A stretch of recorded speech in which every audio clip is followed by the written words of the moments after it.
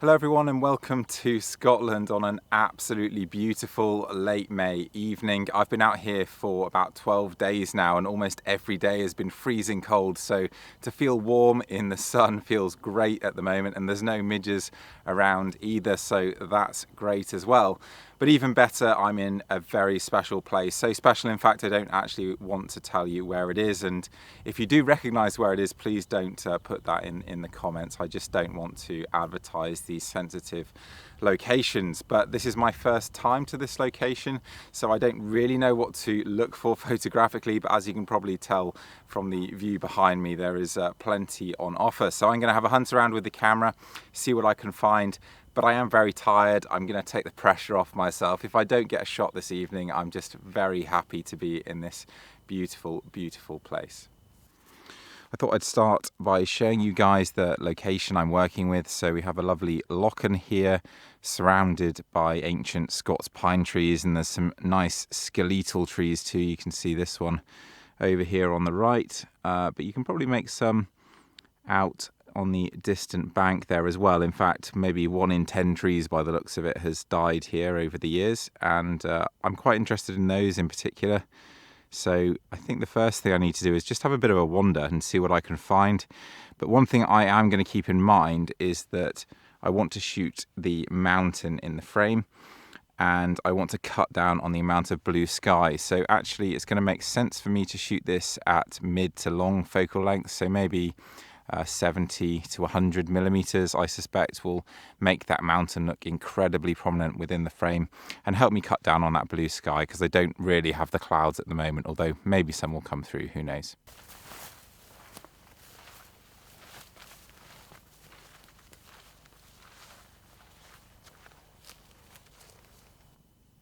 Well, I've barely moved from where I was, so this is kind of lazy photography in a way, but I mean, why do anything clever in a location like this? I've actually never seen it photographed well before this area, so I think doing something classic like a reflection shot like you see here has got to be done, and these clouds are really, really fantastic.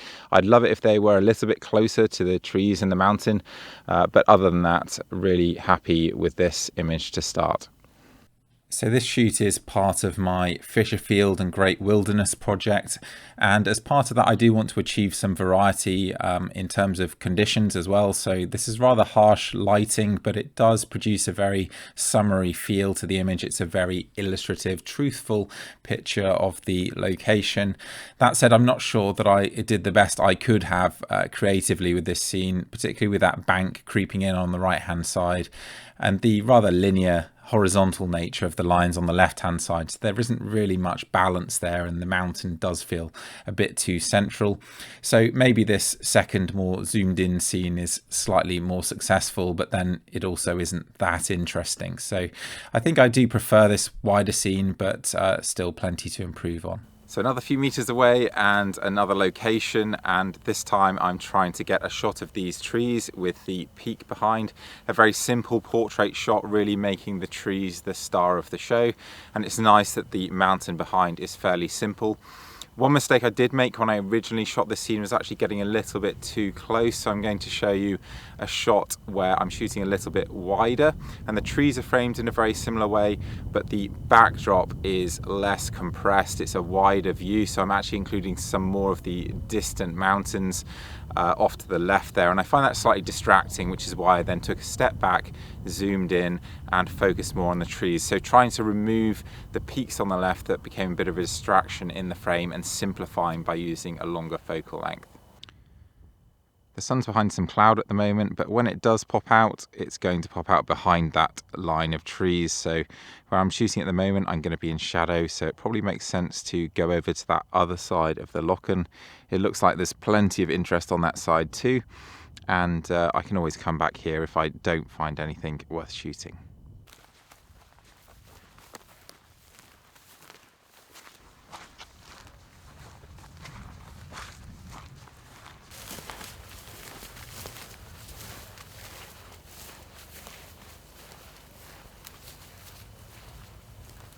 A bit of wishful thinking just went on with the scene to my right there. One of the problems I still struggle with, that I think many photographers struggle with, is finding good foregrounds.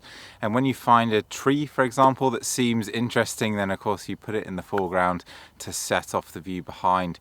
But sometimes without really considering whether that foreground subject is intrinsically beautiful, if it really justifies itself within the frame. And I took this portrait shot and initially thought, yeah, that's got all the structural elements in place, but actually that tree in the foreground, it just looks a bit of a mess.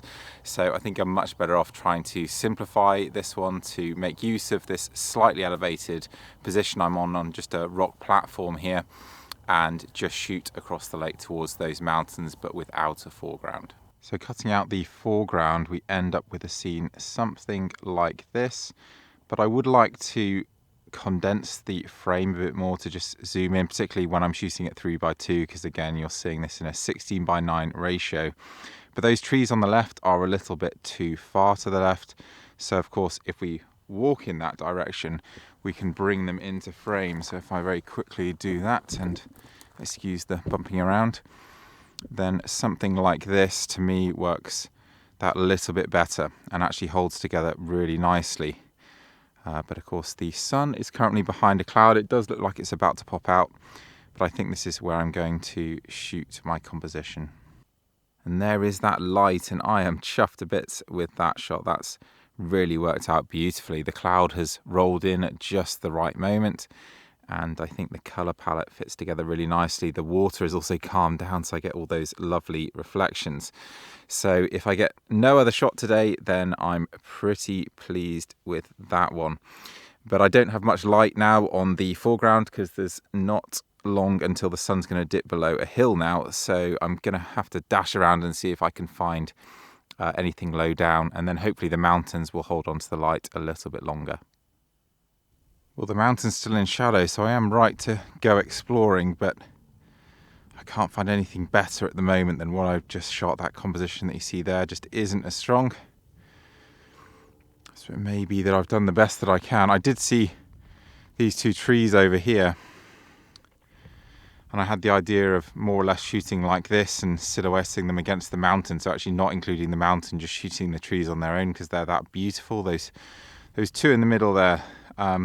But this tree that my blurry finger is blocking there, it just gets too close to the base of that tree on the left, so that doesn't really quite work. So I'm going to keep looking. This place is just absolute madness. It is so wild here, literally. Just amazing to find this in Scotland, it really is. And I'm inclined not to look for photographs in a way. It's just so nice walking around here and seeing all of this beautiful woodland. It's a bit of a vision of what Scotland could be like a long time again into the future. I keep heading towards these dead skeletal trees, but can never quite find one that works. And there are some nice ones about, but yeah, I'm looking for that arrangement between subjects. And I feel like here I have to do a really good job because this is a very beautiful place. So I actually feel a lot more pressure to represent it at its very best. And so I'll be skipping anything that's a half shot and looking for that really nice composition, even if that ultimately means I don't find it. So I had to stop the video there because it was kind of killing me looking at all of these amazing scenes and thinking that I didn't photograph them, which I'm sure is what you're thinking too. So I've got a few freeze frames here, starting with this scene, which obviously photographs pretty nicely just as is. And I'm not quite sure why I rejected this because this tree is spectacular. Maybe one to go back for in this particular case. I think I was a little bit preoccupied with my plans, photographic plans for this area, because it's part of this project, and for that reason I do need to plan to try to create a picture, the picture that I'm after, which of course is part of my creative output. But I think in this particular case, being a bit more responsive to what was going on around me would have paid off, and that is of course the approach that many photographers take. There's also this scene which I mentioned I'd taken a better photo earlier, and I think that's certainly true, but this is well worth taking a photo of all the same. And then there was this composition where I was really put off by that tree creeping in on the bottom left there and having this green base to the two trees that I wanted to focus on. But I think I could have just cropped that out and the shot would have worked perfectly fine. And then finally, this scene, which is pretty wild looking, pretty haphazard, but actually that's part of the appeal of the scene. And I think I should have tried to make an image there as well, because looking at it now, it just feels like another world. So quite a few missed opportunities there, but like I said, I was tired, so I'll have to forgive myself for that one. Okay, so I found something. That was a very quick run to this spot so that I could get the photo before the light disappeared off the trees over there. But I saw that grouping of trees on the shore from a distance, and so I sort of ran diagonally so that I could line them up with the mountain there. So maybe the light will improve a bit. Maybe the reflection will get spoiled a bit, actually, so that those trees will stand out a little bit more, because you can see that tree on the right is beautifully well defined, whereas the trees on the left hand side are a bit more blurred, blended into that background tonally. So I think I'm going to switch to my telephoto lens now and shoot this in a portrait format, maybe a 4x5. This was the kind of scene that I'd hoped to be photographing when I planned to visit this area, with the mountain towering above these rather lovely Scots pine trees in some pretty ideal lighting too. I'm not so sure about my decision to shoot this in portrait. I think the framing here is certainly a little bit too tight, and maybe I should have gone more towards a square crop rather than a portrait frame. And if we compare it to the landscape video here, you can see there's just a much greater sense of spaciousness, which I think really helps to make the trees in the foreground feel a bit more remote and isolated, but also gives the mountain and islands a bit more breathing space. So I've no idea why I didn't shoot the landscape version. I usually do shoot multiple formats if I have the opportunity to do that, precisely so that I don't have this kind of problem when I get back on the computer. But it's kind of okay, because I actually had a really brilliant shoot the following day anyway, where I took much better photos of this mountain, so you'll have to keep your eyes open for that next video. But I did recognize the problems with the sky when I was here, and also that I might have other shots with the mountain that I would want to use as part of this project.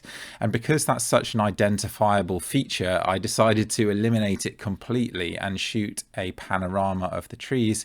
That means that I can use this image however I want to illustrate this area without using the mountain and repeating the same motif in my images. And I'm really glad that I did that, because I do think that this panorama works very nicely without the mountain towering above the trees there. So that was the end of my shoot that evening. I did take a few twilight images, but the colours were maybe a little bit lacking, though I'll put those up on screen. So please do keep an eye open for the next video, and if you've enjoyed this one, then please do consider subscribing to my channel.